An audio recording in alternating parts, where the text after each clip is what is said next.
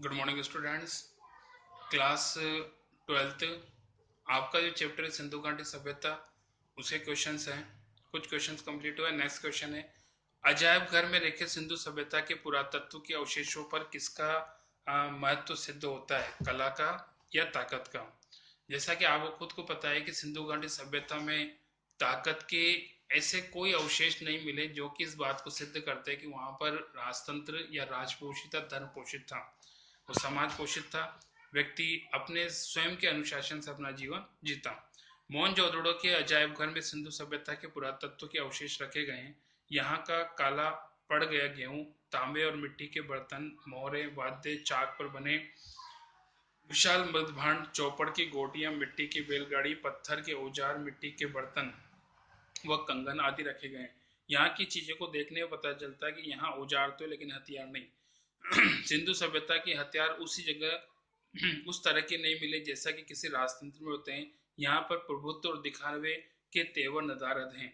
इससे ये पता चलता है कि इस सभ्यता में कला का महत्व अधिक था, न कि ताकत का। कुल मिला के यहाँ पे जो प्राप्त अवशेष है वो इस बात को सिद्ध करते हैं कि ये राजतंत्र और धर्मतंत्र का नहीं, बल्कि लोगों के स्वतंत्र का या अपने खुद के अनुशासन, स्वयं के अनुशासन में रहने का प्रतीक है। मोहनजोदड़ो की बड़ी बस्ती का उदाहरण कीजिए।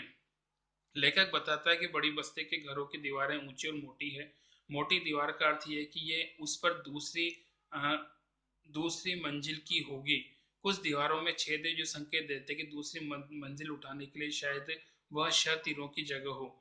सभी घर एक ही आकार के पक्के ईंटों के बने हैं। वहाँ ईंटों वहाँ पत्थरों का प्रयोग मामूली है। कहीं कहीं नालियों को अनगढ़ पत्थरों से ढका गया है। नेक्स्ट नंबर, पुरातत्ववेत्ताओं ने किस भवन को कॉलेज ऑफ प्रीस्ट कहा है और क्यों। मोहनजोदड़ो के महाकुंड के उत्तर पूर्व में एक लंबी इमारत के अवशेष हैं। इसके बीचों बीच खुला एक दालान है। इसमें तीन तरफ बरामदे हैं। कभी इसके साथ कभी छोटे कमरे रहे होंगे। पुरातत्व की जानकार कहते हैं कि धार्मिक अनुष्ठानों के ज्ञानशालाएं सटी हुई होती थी। इस नजरिए से ज्ञानोपृष्ठ कहा गया जा सकता है। मोहनजोदड़ो चंडीगढ़ के नगर शिल्प में क्या समानता पाई जाती है। मोहनजोदड़ो और चंडीगढ़ के नगर शिल्प की महत्वपूर्ण समानता है। दोनों नगर में सड़कों के दोनों ओर घर हैं, परंतु किसी भी घर का दरवाजा सड़क पर नहीं खुलता। सभी के दरवाजे अंदर गलियों में, और दोनों नगरों के घर जाने के लिए मुख्य सड़क से सेक्टर में जाना पड़ता है और फिर घर की गली में प्रवेश करके घर पे पहुंच सकते हैं। मोहनजोदड़ो में रंगरेज का कारखाना भी था, सिद्ध कीजिए। मोहनजोदड़ो में एक ऐसा भवन मिला है जिसकी जमीन पर ईंटों के गोल गड्ढे उभरे हैं। अनुमान है कि इनमें रंगाई के बड़े बड़े बर्तन रखे जाते थे। दो कतारों में 16 छोटे एक मंजिला मकान थे। एक कतार मुख्य सड़क पर, दूसरी पीछे की छोटी सड़क की तरफ। सब में दो दो कमरे हैं। सभी घरों में स्नानागार है। बाहर बस्ती में कुएं सामूहिक प्रयोग के लिए शायद ये कर्मचारियों के ले रहे होंगे। नेक्स्ट आता है, मोहनजोदड़ो को देखते देखते लोगों को किसकी याद आई और क्यों। आंसर है, मोहनजोदड़ो के वीरान शहर को देखते देखते लेखक को जैसलमेर की गांव कुलधरा की याद आ गई। ये पीले पत्थर के घरों वाला सुंदर गांव है। ये गांव काफी समय से वीरान है। यहाँ 150 साल पहले राजा से तकरार होने पर गांव के स्वाभिमानी लोग रातों रात अपना घर बार छोड़कर चले गए।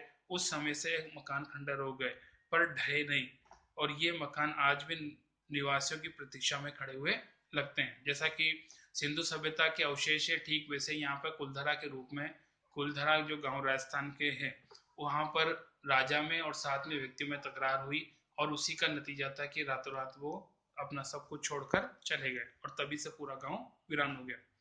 मोहनजोदड़ो की सभ्यता का अभी इतना प्रचार क्यों नहीं हुआ। यहाँ पे जैसा कि आपको पता है कि मोहनजोदड़ो की सभ्यता के प्रचार न होने के कारण क्या है। पहला, इस सभ्यता की में भव्यता का आडंबर नहीं है। ये सभ्यता पिछले शताब्दियों में ही दुनिया के सामने आई है। इसकी लिपि अभी तक पढ़ी नहीं जा सकी है, अतः बहुत सारे रहस्यों का पर्दा नहीं उठ पाया।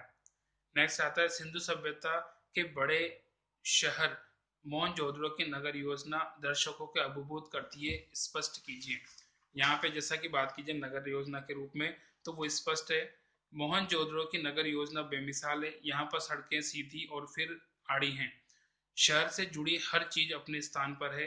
मुख्य सड़क की चौड़ाई 33 फीट है। सड़क के दोनों ओर घर हैं, परंतु घरों के दरवाजे गलियों में खुलते हैं।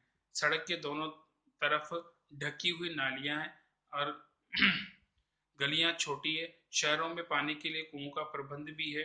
आज के सेक्टर मार्का कॉलोनी के जीवन की गतिशीलता नहीं है। नगर नियोजन शहर को विकसित नहीं होने देता। मोहनजोदड़ो की नगर योजना दर्शकों को अभिभूत करती है। यहाँ पे जैसा कि लग गया कि यहाँ का जो नगर नियोजन है वो आज भी कई ऐसे शहर है जिनको ध्यान में रखकर किया जाता है। कई ऐसे शहर है जो कि वही तरीका या वो पैटर्न अपनाते हैं जैसा कि यहाँ पर मिलता है। अतीत में दबे पांव पाठ के आधार पर लेखक ने मोहनजोदड़ो की सभ्यताओं किस आधार पर लो प्रोफाइल सभ्यता का है। लेखक ने मोहनजोदड़ो की सभ्यता को लो प्रोफाइल सभ्यता कहा है। इसके प्रमुख आधार हैं, यहाँ पर राजतंत्र को प्रदर्शित करने वाले महल, धर्म की ताकत दिखाने वाले पूजा स्थल, मूर्तियां और पिरामिड आदि नहीं मिले। यहाँ से मिली राजा की मूर्ति पर जो मुकुट है उसका आकार बहुत छोटा है और यहाँ से मिली नावें भी बहुत छोटे आकार की। तो कुल मिला के हम कह सकते हैं कि यहाँ पे जो कुछ भी मिला है वो इस प्रकार से प्रदर्शित होता है जो छोटे रूप में किसी भी प्रकार से राजतंत्र और धर्म तंत्र का उदाहरण यहाँ देखने को नहीं मिलता। बाकी नेक्स्ट